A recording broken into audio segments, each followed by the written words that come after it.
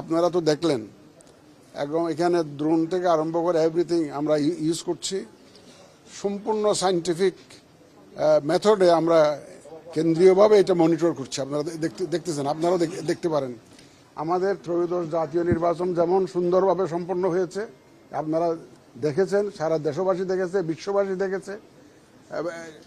এইটাও যাতে অন্তত ওর চাইতে ভালো ছাড়া যাতে খারাপ না হয়, এইটা আমরা জোর দিয়েছি। এবং ইনশাল্লাহ একদম সুন্দরভাবে একদম স্মুথলি এই ইলেকশনটা যাতে হয়, সব ধরনের অ্যারেঞ্জমেন্ট আমরা নিয়েছি। আপনারা জানেন শেরপুরটা বর্ডারিং এলাকা, ওখানে আর্মি বর্ডারের একটু দূরে থাকতে হয়, 8 কিলোমিটার বোধহয় সম্ভবত থাকতে হয়। এই জন্য আমরা এখানে ডেভেলপমেন্ট অফ বিজিবিটা বাড়িয়েছি। ওখানে বিজিবিকে আমরা এখানে ইফেক্টিভলি বিজিবিকে ইউজ করছি, র্যাবকে ইউজ করছি, তারপর আনসার পুলিশ ওনারা তো আছেনই।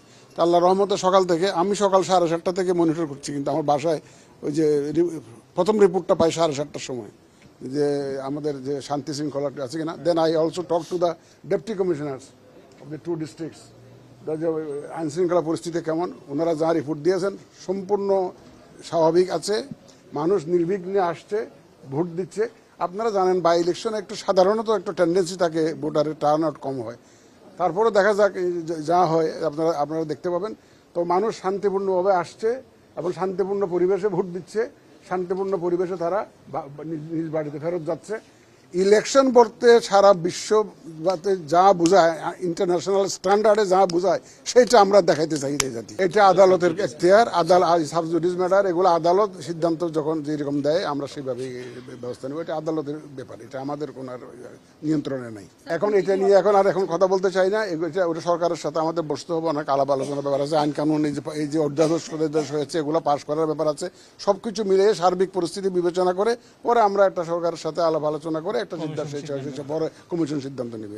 এটা প্রশ্ন তুলছে তো এগুলা, এটা শুনেন, এগুলা নিয়ে মামলা হয়েছে, হাইকোর্টে মামলা হয়েছে, এগুলো সাব জুডিস ম্যাটার। এটা নিয়ে আমি আর কোনো মন্তব্য করতে চাই না। পার্লামেন্টের আলোচনা নিয়ে আমরা কোনো আলোচনা মন্তব্য করতে চাই না। প্লাস